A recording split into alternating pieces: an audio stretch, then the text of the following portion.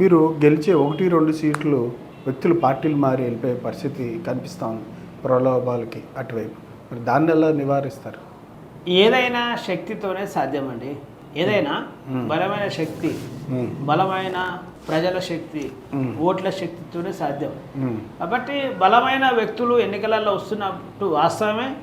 వచ్చి మా శక్తి కొంతమంది వాళ్ళ శక్తితోని గెలిచి వాళ్ళ స్వలాభం కోసం వెళ్ళిపోతున్నారు.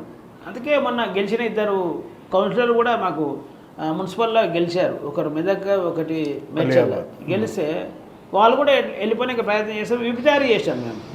వాళ్ళ సొంత శక్తి ఉండొచ్చు, మా శక్తి కూడా పనిచేసేది.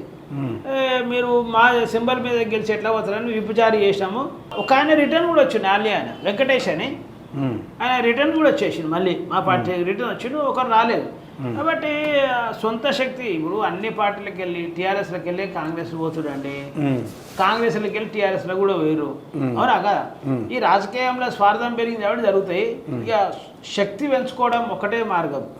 కాబట్టి శక్తి పెంచుకోవాలి, మేము నిలబడాలి, పోయేవాళ్ళను కూడా ఆపేంత శక్తి సంపాదించడమే బీఎస్పీ లక్ష్యం. గల్లీల్లో ప్రచారానికి ఎప్పుడు వెళ్ళబోతున్నారు? ఆల్రెడీ మాది స్టార్ట్ అయింది. మేము ప్రచారంలో కొన్ని మాత్రమే ప్రచారం చేస్తాం, అని ప్రచారం చేయం మేము. మాకు కాంచీరామ్ స్టైల్ అంటే వర్క్ స్టైల్ మాకు తెలుసు కాబట్టి అన్ని ప్రచారం చేయం మేము. కొన్ని మాత్రమే ప్రచారం చేస్తాం. నా వ్యక్తిగత జీవితంలో కూడా నాకు అనుభవం ఉంది, ఏం ప్రచారం చేయాలి, ఏం ప్రచారం చేయొద్దు అనే కాడ. కాబట్టి మా వర్క్ ఆల్రెడీ గ్రామాలలో స్టార్ట్ అయింది.